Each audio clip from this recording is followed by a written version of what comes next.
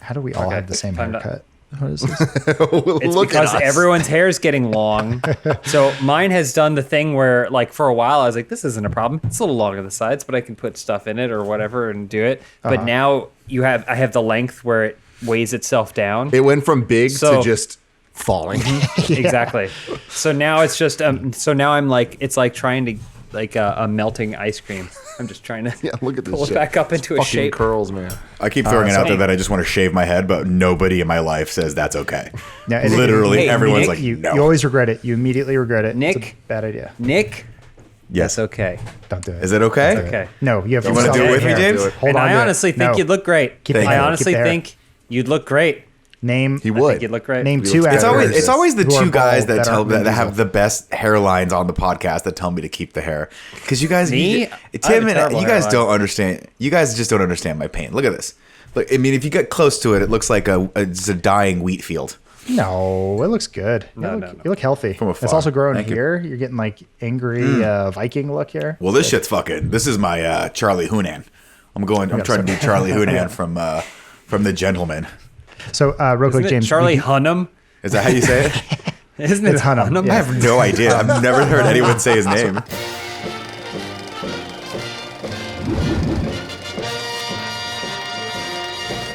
Hello, everyone, and welcome to this week's edition of Funhaus. First, Nick and Tim from Kind of Funny. Hello, children.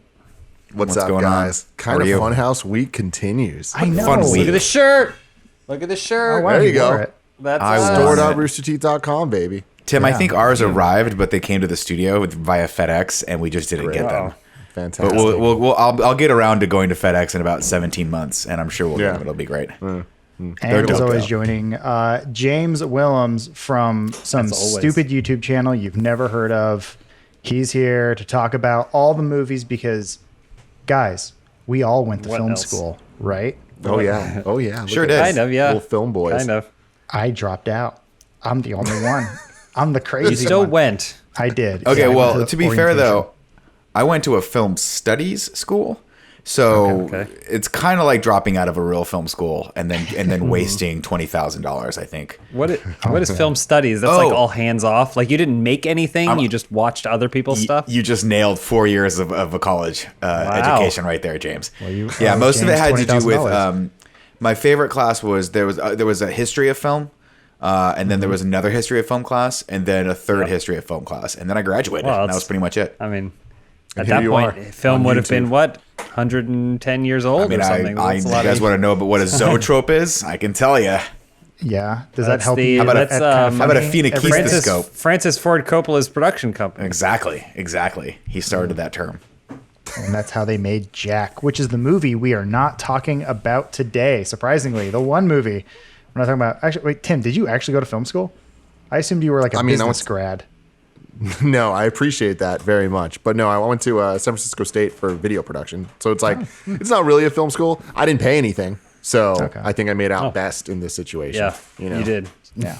As always, the general rule here is you're not going to do things in life that you went to school for. That's how it goes, typically for me. And I just assume that means everybody. But hey, you guys ready to talk about the film industry as a whole? I'm loving Yes. your tone right now, Adam. You're coming know. in how I think of you, which is just very smooth, just very nice. Just I haven't Yeah. done enough shows with you this week. We're doing all these collabs. I had maybe like 10 minutes of you on the Kind of Funny podcast. That's it. I miss you, man. I Remember miss our you too, time though. in Florida? I do. Did you see? Without context, it sounds weird. Yeah. If only we could go back. Why can't we go back? But to clarify, we were at a school in Orlando, Florida, where a nice, I believe, Cuban woman walked us around campus. Was she Cuban? I forget. She was very nice. Well, if you hadn't questioned it, no one would have thought another thing about it. But since you did question it, now everyone thinks you're a racist. You're still- super racist, yeah. So Yeah, damn it. She Well, texts took me it- every once in a while just to check in, just to make sure I'm doing well. That was I love our. her. That's awesome. She was our That's a mother, beautiful story. basically. She took care of Yeah. us. It's really nice. Took us to get some like really good Cubanos. That's why I assumed she was Cuban. So this is a film podcast, huh? Yeah, where we talk about the greatest films made in Cuba. No, so big news. Just going to run down these real quick. HBO Max came out yesterday, as of this recording, This is the new digital frontier happening now. Quick disclaimer. The company we work for also is owned by AT&T. I know. We gain nothing. We gain nothing by We HBO are Max technically doing better or worse. I don't know. Well, we are technically still Warner Media employees. Yes. That's where we fall on the spectrum. So But don't trust anything we say. We're coming at you as enthusiasts of media, not as corporate shills. But now we're in this amazing world where we've got Netflix, Disney Plus, Amazon, Sundance Channel, Quibi, Shudder. I think there's a what is it? Jive Turkey? Jive Turkey is my favorite. What is Jive You Turkey? see that channel? No. It's a Roku channel. Jive Turkey. You don't get ads for this? Why am I getting served ads for this? When I sign into my Roku on like the home page, sometimes it'll recommend like Shudder or other things. Sometimes, maybe like once a week, it'll recommend Jive Turkey. And Jive Turkey is like blaxploitation films from the 70s and stuff. Okay. So it's like always just like a big hatted pimp or They got something. you And it's cornered, like, man. They just know. and they're like, check out Jive Turkey 1 month free. And I'm like, is this the month? Is this the month? I guess when you're super low, you're like, now it's time. I need Jive Turkey in my Maybe. life. I assume everyone here has at least Netflix and possibly Disney Plus. Is there any other? And I guess Amazon, right? Is that what Hulu everyone as has well. here? Or is Yeah. there- Yeah. Are there any? I have extra- all. You always Hulu. have Amazon, whether you want it or not. That's sort of the thought, right? They tricked you into getting it. And Yeah, they're like, by now- the way, I mean, everyone has Amazon because the free shipping is amazing, and it just happens to randomly come with some amazing, albeit amazing 80s classic movies like Once Bitten, which is like, why would I need to watch that again? But hey, thanks Amazon for making it free for there. me. But then HBO Max is kind of the same thing, where it's kind of like everyone has some form of HBO, which essentially means you have Yeah. Max. You know, Right. Well, that that was gonna some be- confusion there, right? Because we had HBO Now, HBO Go, HBO Plus, HBO Lite. Mine- I think you're there was just making them Newco. Yeah. Goodbye, Nick. I'll Nick. miss you. We lost he'll him. be back. No, but that's the thing is Sorry, I if just you, lost if you you guys. have those My bad. HBOs, you have Max. It's just confusing Yeah. and you got to like do a couple steps and figure it out. But Yeah. that's the thing for me where I'm like, Gia has HBO now, so that means we have Max. I don't really have any uses for it yet. The library's deep and vast and dope. Does it but- mean that? Because I'm still confused as to the difference between HBO Max, HBO Now, and HBO Go. Are they still three separate services? They're So- two separate services. Because right now I'm Go looking on the separate, website and it yeah. says, what is the difference between HBO Max, HBO So- Now, and HBO Go? And they have a paragraph of information. Would you like me to read it to you? This is their I know website. I know what it is. Okay. HBO Go was the digital delivery service of those that were HBO subscribers. But you needed to have an HBO subscription because they were still trying to tie it to the archaic cable network type platform. Yeah. So they would give you HBO Go. But then they were like, well, that's stupid. We're literally saying that people can't give us money, people that want to. So they said, created HBO Now. HBO Now allows you to basically get all HBO, that on-demand stuff, except you don't need a cable subscription. You just pay whatever. Right, the you can amount per stream. month So is. HBO Now, HBO Go Yeah. is what you get if you have a cable channel that has and with Yeah. HBO. HBO Now you Yeah. can do, but then HBO Max is a third platform that they've added that I don't will- think is taking over for HBO Now.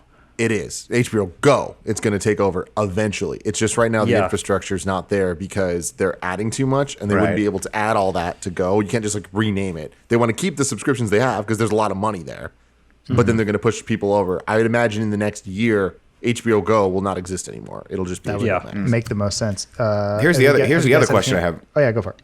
Well, I saw your document this morning, so I was like, oh, I'm going to go on HBOMax.com right now and check out all the great content they have. And their website looks like a build your own website right now. You have zero access. You can't search any of the stuff through HBOMax.com right now. It's super I confusing. doubt to many me. people are using the website though. Well, that's the whole point of it, though, right? I'm on Is it it's supposed to be a It's streaming?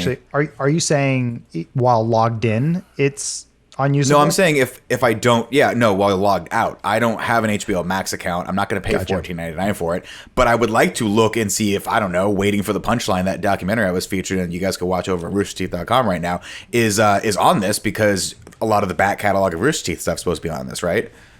No.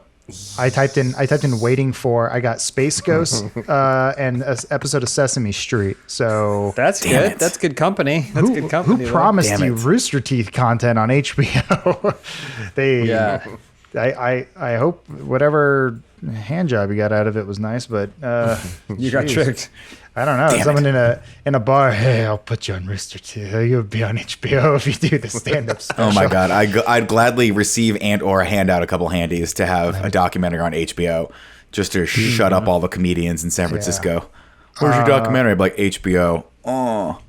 Oh, is I'd it do on it. Go or is it on Now or Max? I'd be like, I don't know. I'm confused by all of it. Go ahead, James. Do you guys think that HBO Max is gonna work?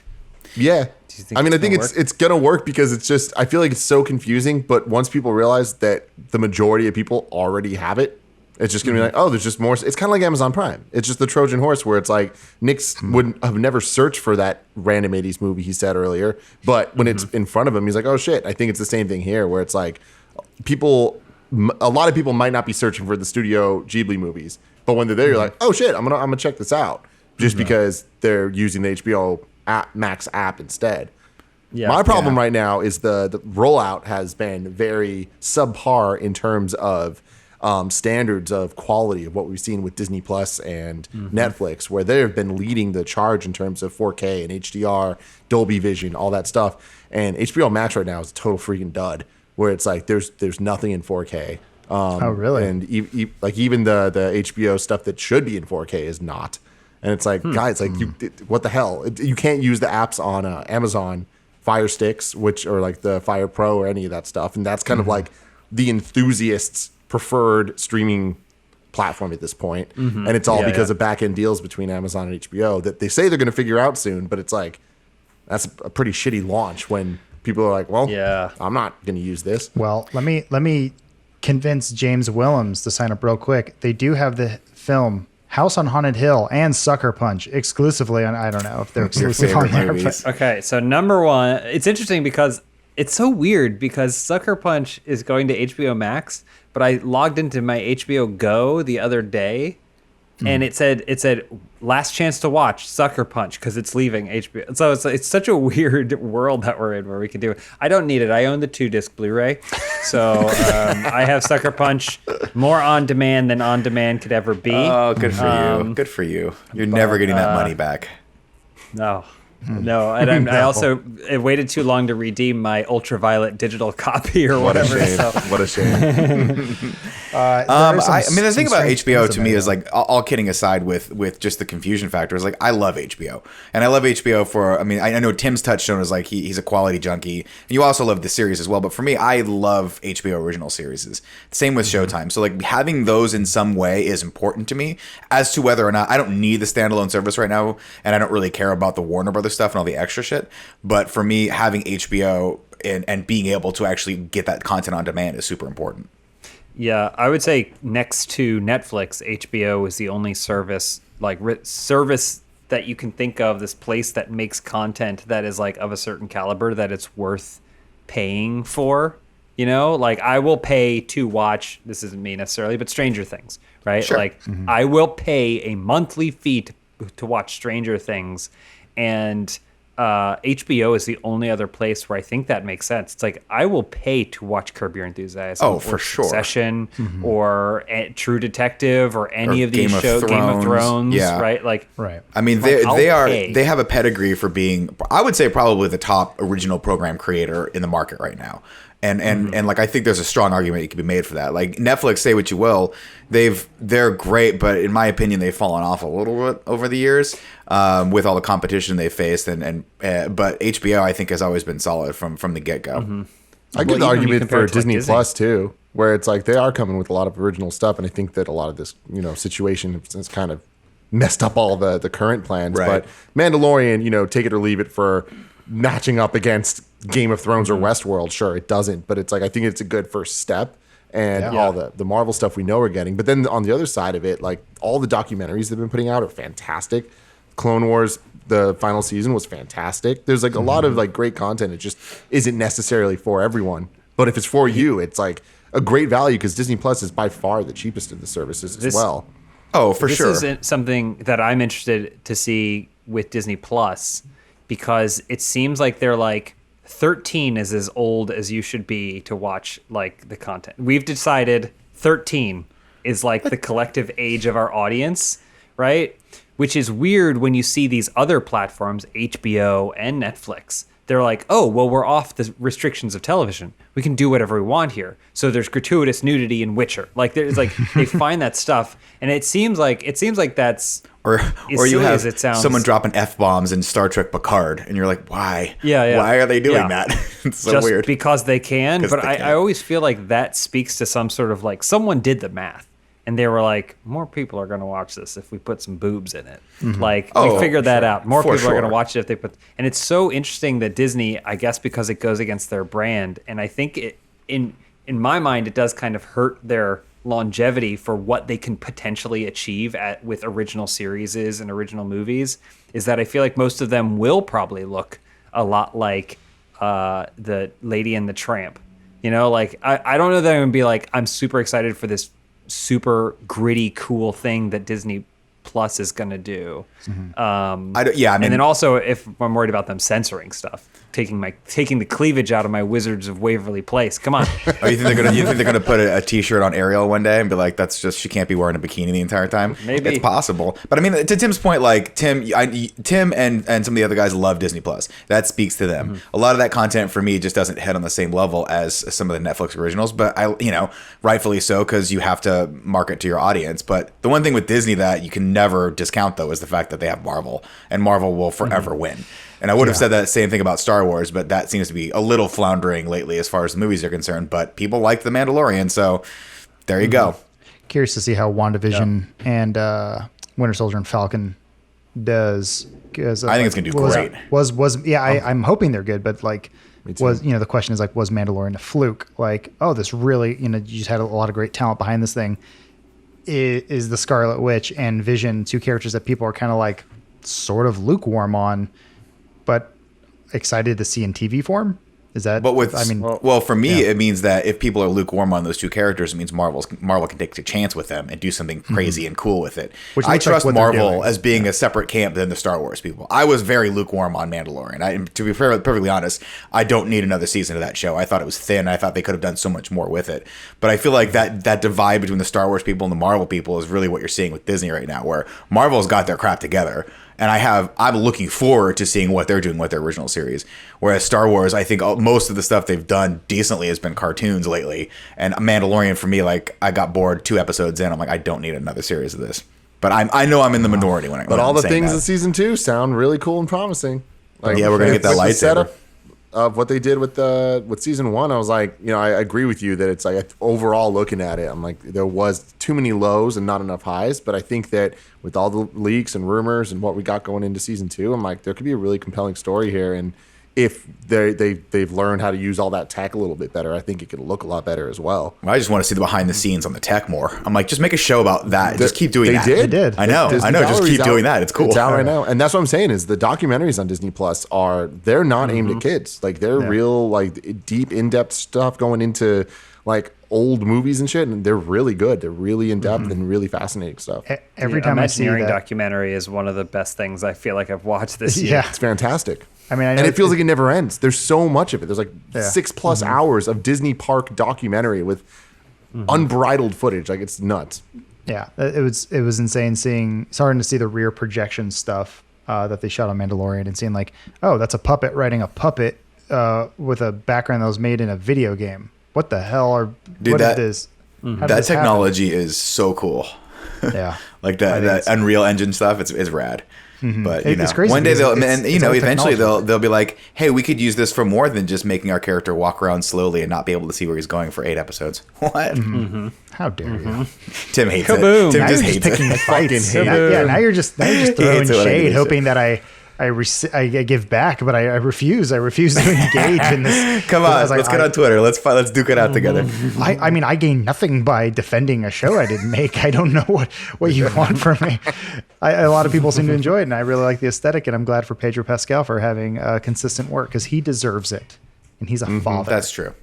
Hey guys, quick question. Do you ever feel stressed, have anxiety, or have any trouble sleeping? If you're anything like me, your answer is followed by yes and a yawn because of all that lack of sleep we got last night. So recently I've been trying out Feels, and for me, I definitely feel an overall sense of calm. Feels is a premium CBD product that is delivered right to your door. So when I first tried out natural alternatives to sleep and anxiety problems, I actually bought it from a grocery store in Texas, and now it's nice to just have it sort of delivered to my place whenever I want. Very convenient, especially in these times. I usually just put a couple of drops of it into my water or under my tongue, and I'm pretty much good to go. And since I'm on their membership program, I'm saving money on every order, which if you join, you can pause or cancel anytime.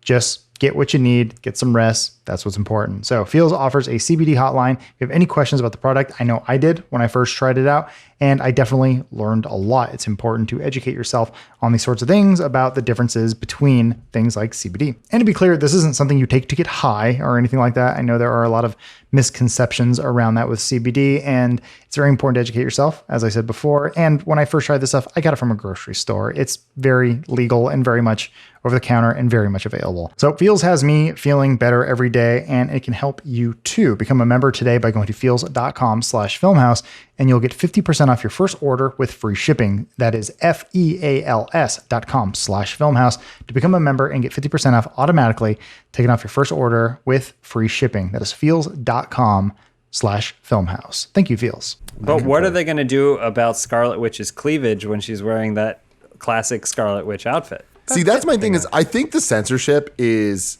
obviously an issue when in very specific cases when they go back to a lot of the older stuff and and change it. Like with recently, what was it, Splash and all that stuff? Yeah. But when it comes to the content that they're currently putting out, like I'm not really seeing a type of censorship level. Endgame starts with Thanos getting decapitated. Well, You know? yeah. I mean, I think there's a certain vibe of the stuff that they're going to make for it and the stuff that already is bigger than it. I think Endgame is a bigger property than Disney Plus. Mandalorian starts ways. the first episode of Mandalorian. He pulls the guy's arm in and it gets cut off in the little door thing. You know, it's like. Yeah, but did we get to see Mandalorian's butt cheeks, Tim? That's the big question. We don't get to see those butt cheeks. But I don't think that was in the original vision. No, but I mean, to James's point, Disney, of course, is going. They're looking at their target demographic and saying, "Hey, maybe PG-13 is as far as we want to go with some of this stuff." It is ridiculous that they went back and like comped out some of the nudity in Splash, but I guess kids can't see a butt. You can't see a butt, but you can see someone get decapitated. I don't know. Yeah, that's a bigger issue with our society than it is with Disney. That's more of an American issue that we've been dealing with for the last 100 years. Yeah, 100 years or so. Sex makes me feel bad. Violence make me feel good.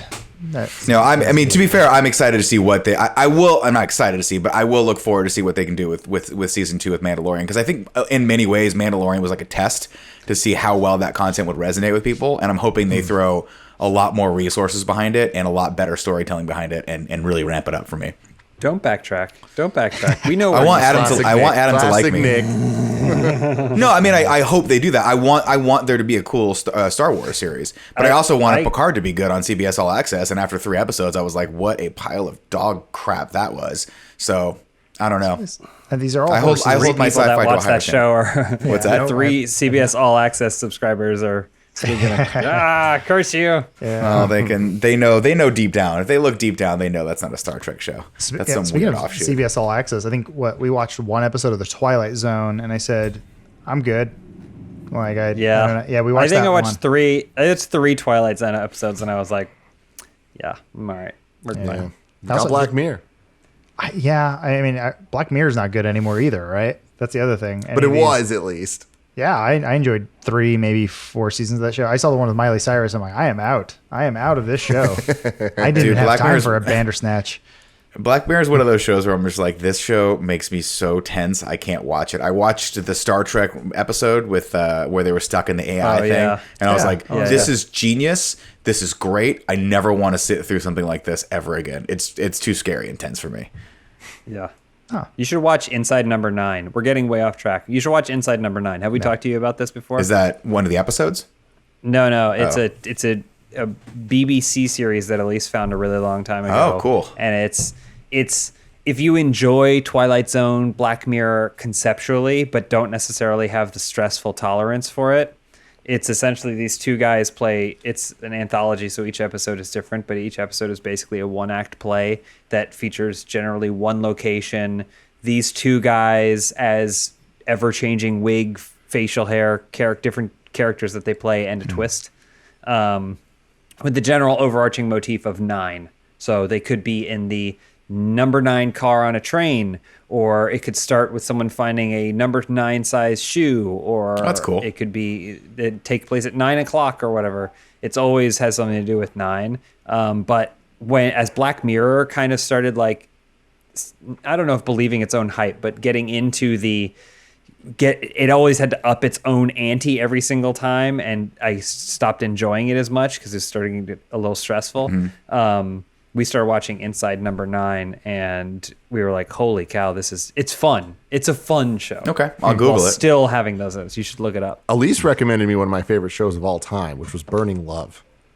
Oh, yeah. Oh, yeah. That was great. Some grade A comedy, guys. I got tricked into watching Too Hot to Handle on Netflix. tricked. What do you mean tricked? Because I was referred to by a friend who enjoys satirical content the same way I do. And he's like, you got to watch it. Just wait. And I was like, okay, where's the turn? Where's the turn? And then it was like, these are real people. This is just reality TV garbage. I don't want that. I wanted a How far Burning did you Love get? or a Sex House or one of those. Have you seen Sex House? No. Oh, man. Oh, Sex have you House not is seen Sex House? No. After this, go watch Sex House. It's Sex the House best. is the greatest. That's the problem. I have Sex a House is very- the perfect version of that. I have a very low threshold for reality television, especially reality television where the main goof of the whole thing, or the main purpose of the whole thing, is just to watch vapid, good-looking people treat each other like shit. So- it's fun for like a half a day, but after a while, I'm like, I can't do this for myself. I go down a bad rabbit hole. Like Burning Love, Sex House is a parody of a reality television show made by The Onion. Okay. But it's a full show. It has multiple Hell yeah. episodes. Okay. and The it's- short it's- episodes, though, it's- they're only Okay. like yeah 10 minutes but long. it's so good. Who did- everything you hate about that show. Who did Burning Love? That was a parody, right?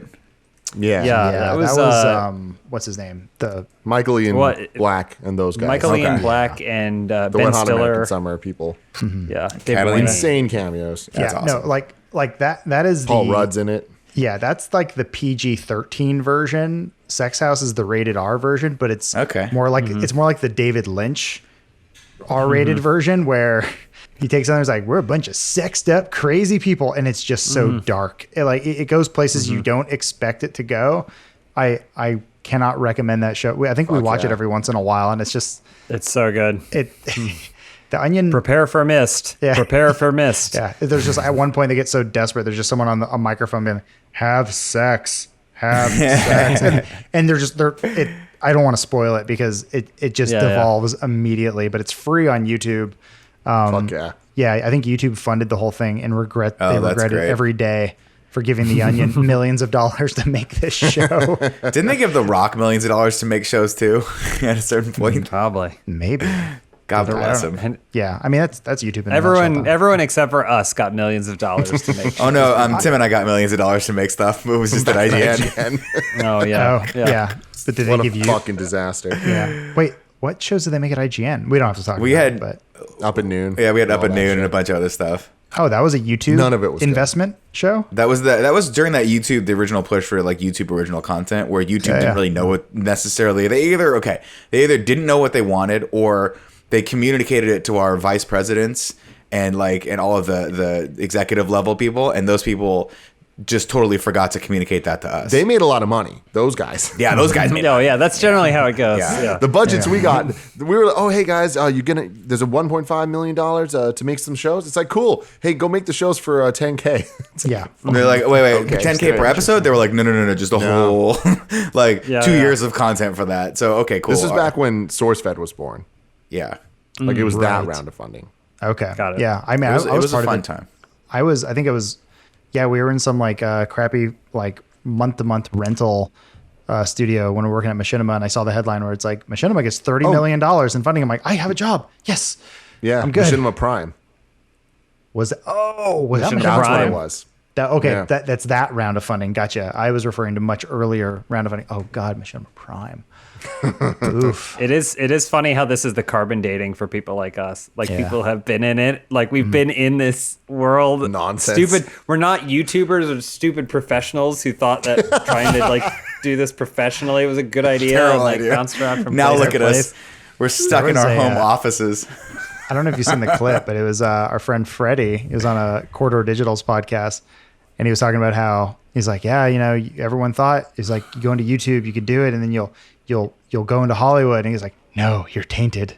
You're tainted forever. No one wants anything to do with you. And it's like, I got this weird like PTSD of just like, oh my God, I'm screwed. Mm-hmm. Dude, are you kidding me? I went to film studies school, as we established at the beginning of this episode, because I wanted to be the next Kevin Smith. And when I realized that was never going to happen for me, I got so bitter and sour that I have talked shit about every major Hollywood actor, including Mark Wahlberg. And one day, as we said on KFAF, he's going to find that and he's going to fuck me up. He is just going to clean my clock. Yeah. And I'll do it. And Tim, early too. Do I deserve it? Yes. Yeah. Wholeheartedly. I do. I want Mark Wahlberg holding you down while Vin Diesel and Andy Serkis just beat the shit out of you. If I get my ass kicked by Andy Serkis, I'm going to leave this planet. I'm going to leave the planet. Don't continue talking the shit here. We used to play this fun game with Lawrence. We used to play this fun game with Lawrence. Do you remember this, Adam? I did. Ben Affleck? Where it was Ben Affleck. It was I don't remember what the scenario was entirely, how we landed on it, but we basically go, all right, Lawrence, you come home and Ben Affleck is having sex with your wife or girlfriend or whoever, one of your loved ones, right? Do you think you can beat him in a fight or so? I think it was like it was after like the Batman training and like the town and stuff, like he's just massive. And Lawrence is like, yeah, absolutely. Like, okay, all right. So what's the scenario in which and so we would just go to these long discussions of like his thickness and size. We're like, There's no way. He's 6'2" or 6'3". He's 220 pounds. No. And it was always like, he's like, but the argument was always like, well, I got the jump on him because he's inside my girlfriend, like riding her doggy style. I was like, okay, a lot of detail there. That's good. All right. Well, that's true. I mean, that does give you like an opportunity to sink in a good choke and just take him from behind. Yeah, I think once he said he'd rabbit punch him or something. Like he'd hit him on the side, he'd clock him in the side of the head. And I'm like, but he's also naked. So you got the Eastern Promises kind of like vibe happening there. Great the two of you rolling around. So anyway, it's what are we talking about? HBO Max. So HBO Max is out. We wish you the best out there. It's a crazy battlefield in the SVOD world. I actually am curious from our audience if you are using HBO Max and if you like it or not. I want to know what the world is doing with it, because also I can't use it on my TV because I have one of those smart TVs I went to college, and it has all the apps built in. No HBO though. Still, that's what I'm saying. That's they the refuse biggest to problem. support LG. There's 3 different apps that do not work on LG, so I have to go through like an Apple TV type device called an NVIDIA Shield. No one knows what that means. Oh, what a nightmare. It's the worst. I'm suffering more than anyone else, but we're going to talk about actually, you guys were hinting at it. I didn't want to spoil this, but we have a really fun segment coming up. We're going to get to that. But first, a quick word from our sponsor. Now, being stuck at home these days, you probably don't think much about internet privacy in your home network. You fire up incognito mode on your browser and no one can see what you're doing, right? Well, that's actually wrong. Even in incognito mode, your online activity can still be traced. Even if you clear your browsing history, your internet service provider can still see every single website you've ever visited. That's why, even when we're at home, we never go online without using ExpressVPN. So ExpressVPN makes sure your ISP cannot see which websites you have visited. Instead, your internet connection is rerouted through ExpressVPN secure servers. Each ExpressVPN server has an IP address that is shared among thousands of users. That means everything you do is anonymized and cannot be traced back to you. ExpressVPN also encrypts 100% of your data with best-in-class encryption, so your information is always protected. So use the internet with confidence from your computer, tablet, or smartphone. ExpressVPN has you covered on every device. Simply tap one button and you are protected. ExpressVPN is the fastest and most secured VPN on the market. It's rated #1 by CNET, Wired, The Verge, and countless more. So protect your online activity today with the VPN that we trust to secure our privacy. Visit our special link at expressvpn.com/film, and you can get an extra 3 months free on a 1-year package. That is expressvpn.com/film. expressvpn.com/film to learn more. Thank you, ExpressVPN. All right, Tim. I have a question. Between you and Nick, who is the biggest Fast and the Furious fan? I'd probably say Tim, but I'm a pretty big fan. Yeah, that's the thing is like I feel like at the end of the day I would edge him out, but we're real close. It's like we're co-presidents of the Fast and Furious fan club. Like we love each other until one of us disagrees on one point, and then that argument becomes hot. Okay. And with that franchise, it definitely happens a lot because Nick has some pretty shit takes. Okay. Oh wow. I don't know if they're shit takes. They're just more mature takes. I'm looking forward to hearing some. And then James, like you, like me, probably don't give a fuck.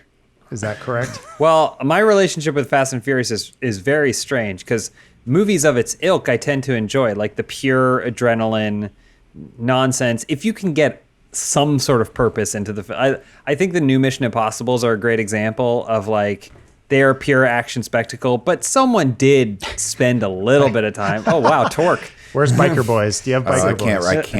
I can't wait and for Redline. Torque. Someone did spend a little bit of time trying to figure out how to get from point A to point B. Yep, Nice. great film. Well, James, you and I have. Sorry, go ahead. Yeah, go ahead. I was just gonna say. Go ahead.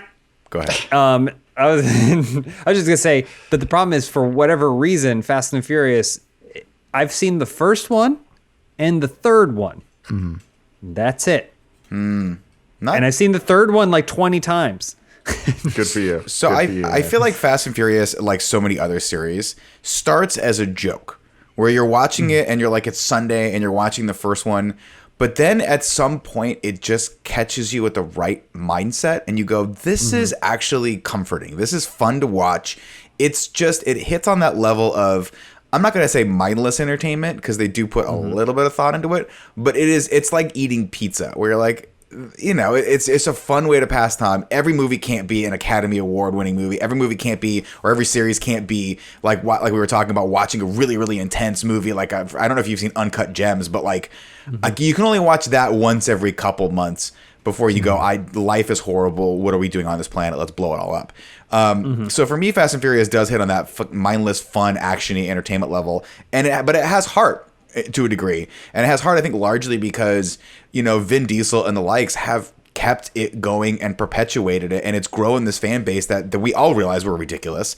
Tim is not going to sit here and say we're justified for defending 9 movies that are pretty much the exact same plot every movie, with the exception of Tokyo Drift. That was nuanced. But I mean, it's like anything else. It's a guilty pleasure for me, at least. Okay. My thing is, I feel like the franchise, and I understand where you're coming from, having only watched 1 and 3, because like those are just they're weird, fun early 2000s car movies, and that's all that they are. But the franchise rewards you for liking the franchise, and I think that sounds like everything should do that, but they don't. Like this movie franchise, every single installment from 5 on is kind of like, okay, guys, we've looked at the last 4 movies, and like we made some mistakes, but there were elements of each one that you guys really liked. We're going to take those elements, double down on them. And then the next one's like, we're going to triple down on them. And then it's like, we're quadrupling down. And it just hits a point where it's all so stupid, but we're waiting with bated breath to be like, but how are they going to out-stupid it? And when they do, it's satisfying. Exactly. And like, that's the thing is like, I go back to it, like they reward you for investing in the bad times. So the good times mean so much more. And I understand that as an outsider, people would look at this and be like, watch the trailer for Fast 9 and be like, this franchise lost what it was about. It used to be about cars. Now it's about health, family, and all this stuff. It's like, you're missing the point. It hasn't been about cars for a decade and a half at this point. Like, it's about ridiculous set pieces and stupid one-liners about characters that care way too much about each other. But also, it's about cars also. Like, they didn't leave that stuff behind. They're still driving amazingly cool cars. They're just all super rich now in real life, so now they can drive really dope cars and not like modified cars. But like, to me, it's kind of like the equivalent of a soap opera, but for like hyper masculine, testosterone filled men, where you get to go and watch this absurdity play out in front of you. But an absurdity where literally when the fans are pissed off that one of the characters died in not 1, but 2 movies we showed this character dying. People were so mad that the creators were like, you know what we can do? Fuck it. We can just bring him back. And me and Tim, I think, cried. I'm not going to say we didn't cry, But it's possible you that can when see our live reaction on youtube.com/kindafunny, our live reaction to the Fast 9 trailer, and we have a room full of people losing their fucking minds. Losing their minds. Because of these decisions made. But it's like, we're not alone. Like, there's obviously so many people out there that are as invested as us, and there's a reason. And it's like, I truly feel like people that watch all of the Fast and Furious movies, if you get to the end of 7, there's no way you're not invested. You're 100% in. And I'll tell you why, James. And this is another. You and I have talked about this off camera, but one of the reasons why I think both of us, if I remember correctly, you like the Mission Impossible series, right? Oh yeah, yeah, love them. And I think one of the reasons why that series works for me is because somewhere along the line, Tom Cruise realized, hey, we should world build here, right? We shouldn't just treat this like another series that's exactly the same, which is James Bond, where we set up all these things and then forget it. We're just gonna bring in a new femme fatale, a new Bond girl, a new adventure, a new bad guy, right? Now Bond has caught on to the fact that people actually like we remember stuff, right? We've got the internet, we can watch these movies over and over again. We want to see Simon Pegg come back. Hey, we want to see Ving Rhames come back. Hey, what if Simon Pegg and Ving Rhames are in the same movie together? Can there be 2 tech guys? Well, Ludacris went from running illegal jet ski races to hacking NORAD, so why the hell not? All that stuff can happen. And I think that the more, it's so absurdist that the more you add to it, but the more you pay homage to like the origins of the franchise, people really start to care, and it starts to create this weird kind of importance that is meaningful on a level. Because even though it's completely ridiculous that they have cars literally jumping out of, they skydive. Yeah, they skydive cars. But it's not about that. It's about the fun back and forth of Tyrese getting talked down to as like Vin Diesel's doing all this stuff. Because it's fun to watch these characters that you've been with for 9 movies like talk back and forth. Similar to how we'd watch a Marvel movie and be like, there's such a strong basis for these movies that once you get to Tony Stark's death, you're like, I feel this because I know this character. Yeah, you bring up the comparisons to Mission Impossible, I think, are totally one for one. Where it's like, you look at the first Mission Impossible, you're like, cool, it's a 90s movie, just like the first Fast and Furious. You look at the second Mission Impossible movie, you're like this is one of the worst movies ever made. Just like the second Fast and Furious. But then from 3 on, like 3 and 4 in both Fast and Furious and Mission Impossibles have some issues. But from 5 on, it's just like, these are fucking awesome movies. And like Mission Impossible, do you agree that Fallout and Rogue Nation are like on another level? Fallout's great. Yeah, absolutely. Yeah, I mean, that's a weird thing.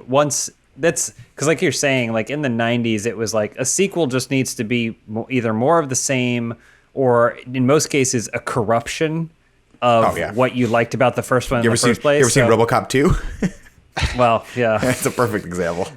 But you've lost sight of why that movie was initially good, and now you're just kind of like doing whatever. And then it seemed like Mission Impossible was interesting because that second one was so far off the tone. It was such a rubber band from the slow burn Brian De Palma thriller of the first one that it whipped back so hard in the other direction.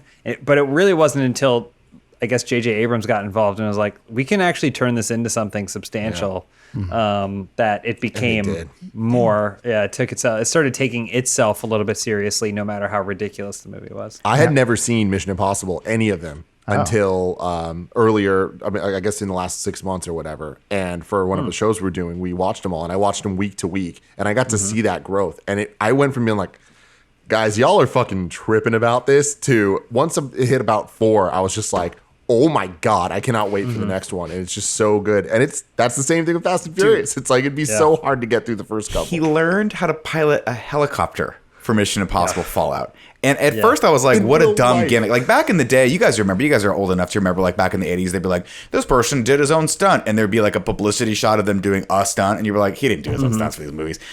But and when you'd see that in the movie, you're like, he didn't need to do that. That was dumb. It just didn't. The stunt didn't play. But Tom Cruise dedicating himself to being a stuntman and doing those shots shows how much he cares about it, and it actually adds to the tension of those scenes. When you're seeing the real light and him actually piloting the helicopter, it's like insane. And it adds some like newness to what is arguably just kind of a cookie cutter franchise, but they manage to find ways to excite you that you didn't see before. And to a degree, Fast and Furious does that too. But where Mission Impossible does that with what I would say is like slightly more clever storytelling and better action beats, Fast and Furious goes, yeah, that's cute that you guys do that. We're gonna jump a car from one building to another building, and then when you think it's done, we're gonna jump it to another building. and then we're gonna let it fall out onto the ground. Honestly, that to me is what makes not Final Fantasy, Fast and Furious special. It's the same thing. All right? It's the F and F thing. Yeah. Because we saw the Furious 7 trailer and we saw the car go from one skyscraper to another, and that was just like, oh my god, these guys are insane! I can't wait to see that. But then when we were in theaters, they went to another building, and it's like. We always talk about how trailers ruin the movies. To me, that was such a special moment of just like these movies, like they outdumb themselves so consistently that they leave me just baffled. Adam, do you know what's better than one building? 3 buildings. There's so many buildings. There's a reason I brought up Fast and Furious. I didn't want to just have you guys talk about Fast and the Furious. Okay, I apologize. Sorry. I'm sorry. You're the wrong guys on the show then. So a question came up recently. Which film in the franchise is indeed the most fast and furious of the bunch? And I actually have some science to help back this one up, and I want to actually have you guys weigh in, since after it's been 45 minutes of you guys talking about Fast and the Furious and Mission Impossible. I think I think you are our experts. I think you solidified that. I'm not going to question it. You can join the family too, Adam, at any point. I don't want to come to your barbecue after we hijack a submarine or whatever. That was the last one I saw. I didn't even know what I was watching at that point. Anyway, we got some good news from this is from Redditor. I'm going to butcher this name. LundgrensFrontKick, I guess like Dolph Lundgren's, who writes, I love the Fast and Furious franchise, and I can still clearly remember nearly blowing up my 4-cylinder Dodge Shadow while driving home after watching the Fast and the Furious in 2001. I've enjoyed watching the franchise evolve into a globe-trotting blockbuster series that's grossed billions of dollars at the worldwide box office. In honor of Fast 9's original release, that was supposed to be May 22nd, 2020, I decided to see which Fast movie is the most Fast and Furious. Basically, I want to know which of the Fast films has the most races, fights, NOS, Corona, barbecue, Corona the drink, not the virus, property destruction, gratuitous party shots, and mentions of family. I rewatched the movies and recorded a ludicrous amount of stats and used insanely detailed articles from Bloomberg. So his 23, I'm going to just go through a few of these. His 23 points here are racing time, NOS usage, is there barbecue, gear shifts, explosions, times that a gun is wielded, Corona consumption, property destruction, does the main character die? That is his guide. There's a whole bunch of them. I'll link out to his original post. There's male biceps time too. You skip that. I skimmed it. I'm just skimming. There's tachymeter, speedometer shots. Those are important. Mm-hmm. Okay. Wait, these are all supposed to be from one movie, or we have to figure out which has the most cumulative of all these things? This guy has figured it out. Yeah, he's figured it out. But based on he has the answer on science. No matter what, that can't change it. That's going to be a thing. But based on your guys' weird faith that you guys have, I want to know where you land on which of the films is the most fast and furious. Do we get two guesses apiece, one for Tim and one for me? Sure. Or do we have to? Yeah. Okay, go for it, Tim. It could just be a discussion here. Because I'm thinking like it has to be between 6 or 7. Just in terms of all the things you mentioned. If it was just sheer car destruction, it would be 8. Because the zombie car sequence destroyed the most cars total. Oh, yeah. And that was insane. That was ridiculous. But I think in terms of all those things, with fight scenes, with mentions of family, with actual races and crazy set pieces and all the stuff, and death of main characters, it's either 6 or 7. But in 7, characters don't actually die. No, 6. Yeah, I was going to say 6 has the most carnage, and it has the longest race, which is the cars versus the plane, which happens that's not a for race. The entire Well, that's the question. What defines a race, right? Because race is the ready, set, go, which 6 does have in London. Yeah, but 6 has for like a second. So I'm going to say if it's going to be races, sheer races, it's got to go to Fast and Furious 1. Because they have half the scenes when they go to race wars, which is not what you think, James. It's actually about car racing. I know. That's one of the ones I've seen. Yeah. That's when the little guy loses the race and then drives away and gets shot. Yeah. So that one has a lot of street racing at the beginning because Paul Walker's trying to street race his way into the club. Also, Tim, they talked a lot about family and barbecues in that. There's 2 barbecues in that, if I'm not mistaken. Maybe 3. That's maybe true, one at the end, one in the middle, and they have a party, which they could be barbecuing outside. But they didn't talk about family that much. They did, though, because his dad, it was all about his dad and how his dad died and how he's had to take care of Jordana Brewster, and we don't know what age she is. Is she 16? Is she 27? We don't fucking know. Paul Walker looks like he's 14 the entire series.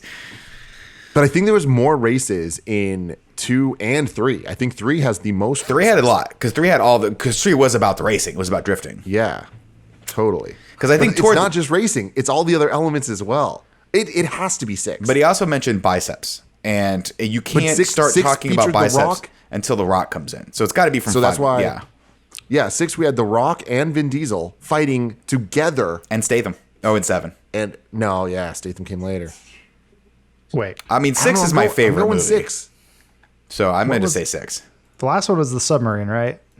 Yeah. That was 8. That Fate was of 8. the Furious. Okay, 7 was building one- hops. Yeah, Six, Furious. six was European bank heist. I'm trying to work my way backwards. Is that ramp car? Five, Is that ramp five car? was European Ram bank car. heist, wasn't it? Or 6 was Brazilian ramp car. Yeah. 6 was ram car, And which the- is the and one the pulling the airplane. safe. That's Which 5. is the one with this? That's 5. That seems to be five. everyone's favorite, with the exception of me. I like 6 Okay. better, and 4. And then Me too.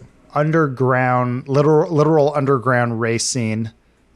That's in 4. What's that? That's in 4. Which that's There's 4. a race scene in 6. Okay, Tokyo Oh, gotcha. 3, Yeah. Florida 2, Point Break 1. Okay, Yes. I got Point it. Break 1. Exactly. That's a great You way of nailed it. saying Point Break. Yes. Nailed it. I've only seen, like James. I may have seen more than James, but only like maybe one more. You have. Yeah, and I've Yeah, only seen you've the end of definitely seen Tokyo more. Drift, which I don't want to spoil it. We're working on a slightly bigger project right now.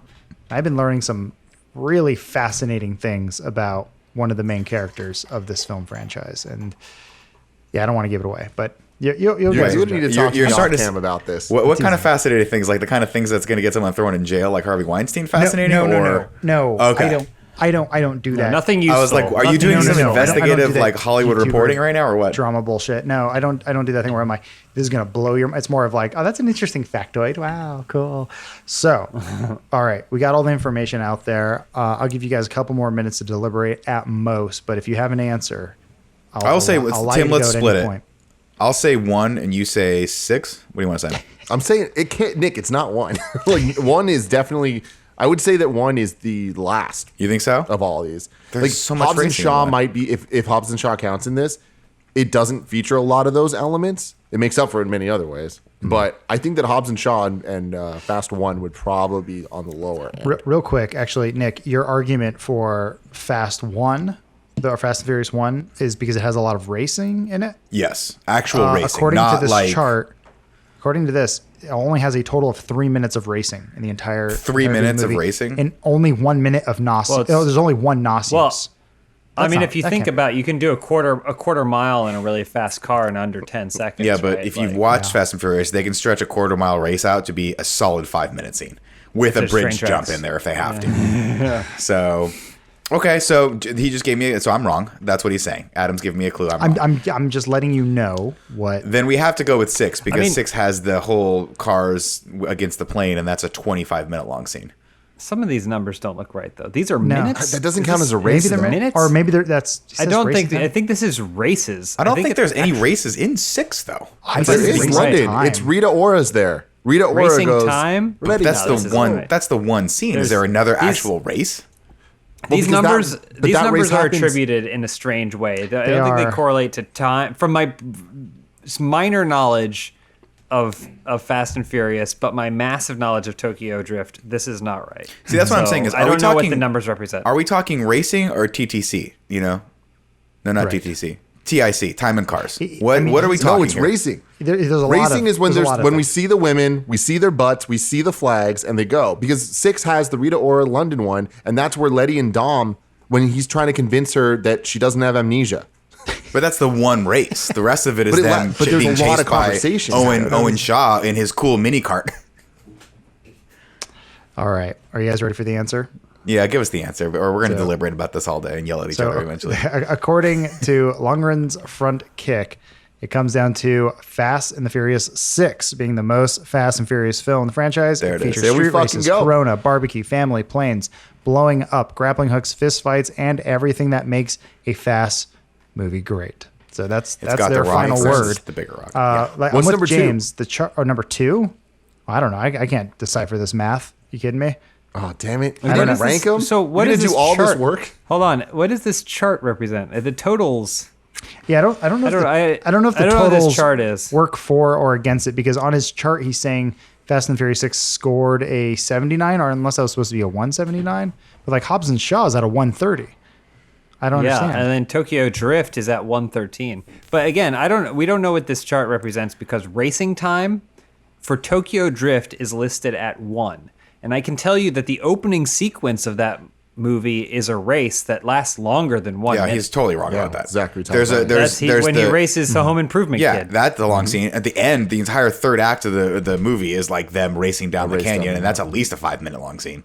Yeah. So this guy is smoking freaking meth right now. We just don't know we don't know what the criteria is, I guess. Interesting. Well, once again, proving I know very little about the Fast and the Furious franchise, and much like Vin Diesel himself, I'm willing to just take it all on faith, and possibly the film rights to Riddick, if that helps. If you don't follow Vin Diesel on Instagram, God. you should. Please do. It's the worst content I've ever He's seen. terrible at it. All he does, Adam, it is so your vibe of humor. Literally, all he does is post really bad fan art of himself with captions that are just like, you can hear it in his voice. Nick, give me a Vin Diesel caption. Well, by the way, he may or may not be, and we don't have any. This is alleged right now. Don't sue me, Vin. But he may or may not be high out of his wits because he just goes like this. This is family, and then he has that beautiful, dumb Vin Diesel smile that he does, where he just kind of looks off to the left of the camera for way too long, and then never Letty's in the refrain. background somewhere. Michelle Rodriguez. yeah, is there Michelle high out of Rodriguez her mind, is just too. always there. God, it's great. Does he ever let her go home? I don't know. I don't think she has a Seem home. like it. Oh, James is linking think stuff. I think I her career just- is just Fast and I Furious. saw that. Do you see it? Where is it? It's need him it. holding a See, triple I told X you. Return of Xander Cage, which, I mean, if you can tell me the Sideboard. nuanced differences between Xander Cage and Dominic Toretto, please let me know. Man, They do can't you want to have know? the best for it. Do you want to know the huge difference right now? One word: jorts. Xander Cage loves the jorts, the long, almost jeans shorts. I was referring to like character attributes, not That's how Vin clothing. Diesel thinks, though, man. When Vin Diesel thinks about getting to the heart of a character, his first and only thought is, is he going to wear jorts or not?